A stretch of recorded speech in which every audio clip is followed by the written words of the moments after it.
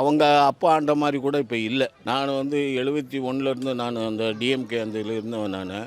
எம்ஜிஆர் வந்து சார் ஒரு ஒரு அரசியலில் இருந்து வந்தார். அவர் ஒரு கட்சியில் இருந்து பொருளாளர் இந்த மாதிரி பொறுப்புலாம் இருந்து அவர் வந்தார். அவருக்கு அந்த அரசியல் அனுபவம் இருந்தது. அவர் அரசியல் சினிமா ரெண்டையும் ஒன்றா இது பண்ணார் அவர். அந்த இதில் வந்தார் அவர்.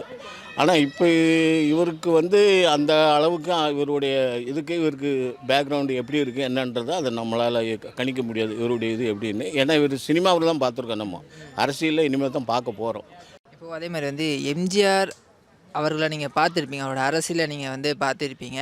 இப்போ அதிமுகவில் இருக்கக்கூடிய பல தொண்டர்கள் வந்து எம்ஜிஆருக்காக தான் வாக்கு செலுத்துறாங்க. இன்ன வரைக்கும் அதான் பண்ணிகிட்ருக்காங்க. அந்த வாக்குகள் எல்லாம் விஜய் தன் பக்கம் இழுக்கிறாருன்னு நினைக்கிறீங்களா?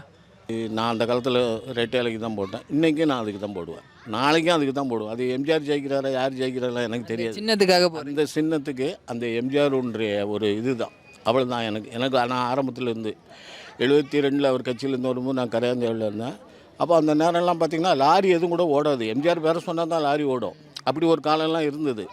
அந்த மாதிரி எம்ஜிஆருக்கு அப்படி ஒரு இது இருந்தது, மாசு இருந்தது.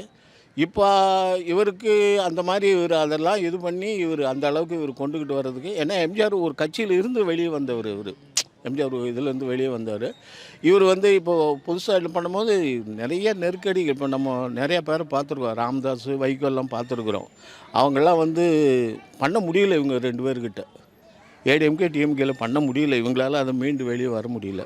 அப்படி எப்படி இருக்குன்றது இவர் வந்தார்னா எல்லோரும் உண்மையாக ரொம்ப சந்தோஷம். வர்றது நல்லாயிருக்கும், வந்தால் நல்லாயிருக்கும்னு நான் எங்களுடைய கணிப்பெல்லாம்.